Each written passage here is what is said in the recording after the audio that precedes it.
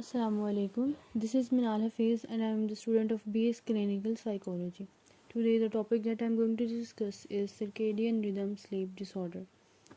Let's have a look at the content. Firstly, I am going to discuss introduction, then types, causes, symptoms, risk factors, diagnosis, and at the last, treatment. Let's start with the beautiful quote by Thomas Dekker. Sleep is the golden chain that binds health and our bodies together. Start with the introduction. What is circadian rhythm sleep disorder? अगर हम नाम से देखें तो हमें पता चल जाता है कि हमारे स्लीप साइकिल से रिलेटेड है. अब सर्केडियन क्या होता है? सर्केडियन एक ऐसा नेचुरल साइकिल है जिसे हमारी बॉडी गो थ्रू करती है इन 24 आवर्स. ये साइकिल फिजिकल भी हो सकता है, मेंटल भी हो सकता है और बिहेवियल भी हो सकता है. और इस साइकिल को हम इंटरनल क्लॉक का नाम देते हैं, जो कि हमारी स्लीप वेक साइकिल को कंट्रोल करती है. और इसी में डिस्टर्बेंस होने की वजह से हमारा ये डिसऑर्डर कॉज होता है. Circadian rhythm sleep disorder involve one of these problems. सबसे पहले ये हो सकती है, you have difficult time falling asleep, आपसे सोया ही नहीं जा रहा. दूसरी हो सकती है कि आपसे सोए रह नहीं पा रहे आप, यानी कि आप बार बार उठ रहे हैं सो रहे हैं, उठ रहे हैं सो रहे हैं. तीसरी हो सकती है कि आप बहुत जल्दी सो जाते हैं और फिर यह है कि आप बहुत जल्दी उठ भी जाते हैं और उठने के बाद आपसे दोबारा सोया ही नहीं जाता. Let's talk about the types. इसमें इसकी बहुत सारी टाइप्स हैं, लेकिन ये कुछ कॉमन टाइप्स हैं जिनको मैं डिस्कस करूँगी. The first one is delayed sleep phase disorder. इसका हमें नाम से पता चल रहा है कि जैसे एक नॉर्मल ह्यूमन बीइंग टाइम से सो जाता है या कोई एक फ़िक्स टाइम होता है, लेकिन यहाँ पर ये डिले होता है.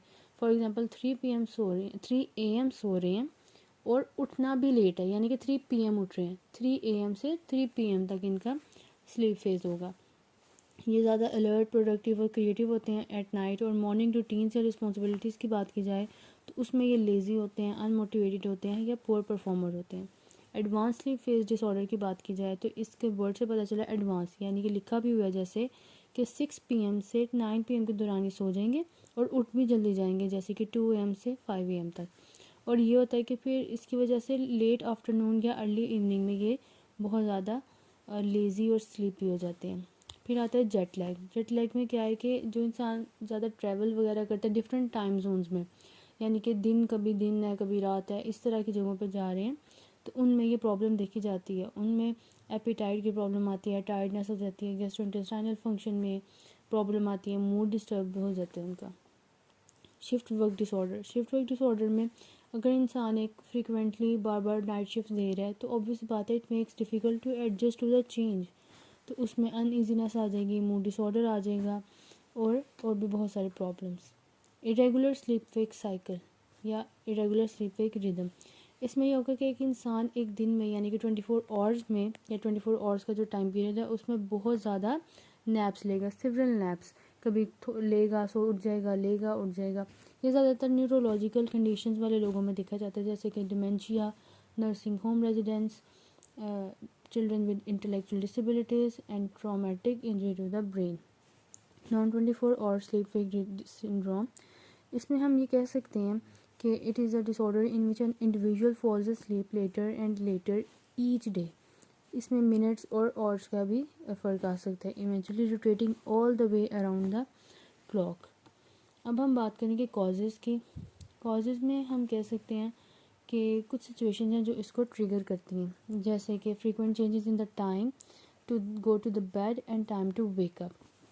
ब्रेन डैमेजेस आ सकते हैं, कोई भी मेडिकल कंडीशन आ सकती है, stroke, dementia, head injury etcetera. Blindness आ सकती है, या किसी इंसान का बहुत कम अगर सनलाइट से इंट्रैक्शन हुआ है या बहुत ज़्यादा देर से नहीं हुआ इंट्रैक्शन, वो भी आ सकते हैं. Poor sleep hygiene, certain drugs, older age, frequent changes in the work shift और जेट लैग, जैसे कि हमने पहले डिस्कस कर लिया. Symptoms for these disorders can very. Obviously बात है पर्सन टू पर्सन वेरी करते हैं. इंसोमिया हो सकता है, यानी कि difficulty sleeping, difficulty falling sleep हो सकती है या वो सोए ही रहते हैं. Excessive day time sleepiness, difficulty waking up in the morning, यानी कि उठने में इतनी मुश्किल है कि उनकी मॉर्निंग रिस्पॉन्सिबिलिटीज़ बहुत ज़्यादा डिस्टर्ब हो रही हैं.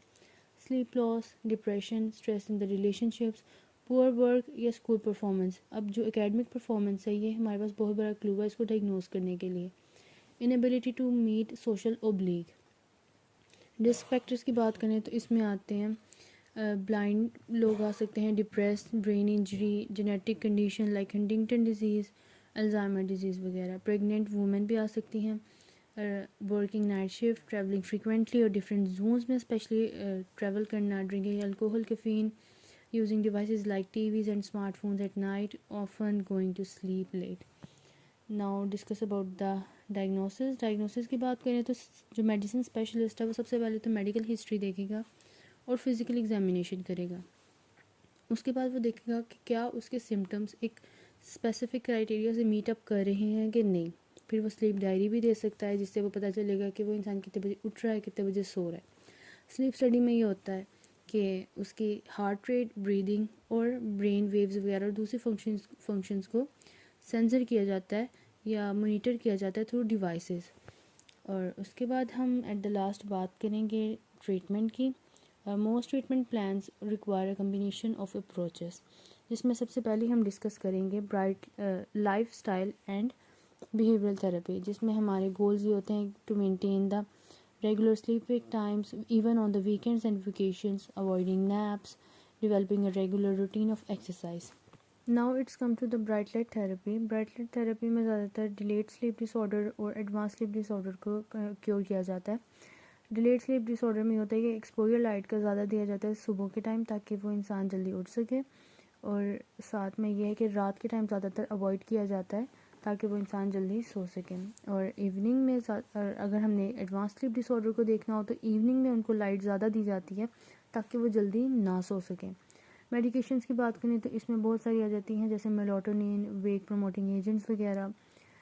Next I am gonna discuss the chronography. Chronography में ये होता है it is this therapy approach uses progressive and advancement और delay of sleep time depending on the type and the severity of the disorder. This type of therapy requires a firm commitment by the client and the therapist, as it takes weeks to successfully shift the sleep-wake cycle. Once the desired schedule is achieved, you have to keep this regular sleep-wake schedule. So this is all from my side. If anyone have any question, you can ask in the comment section. I hope that you got it. Thank you so much for your time.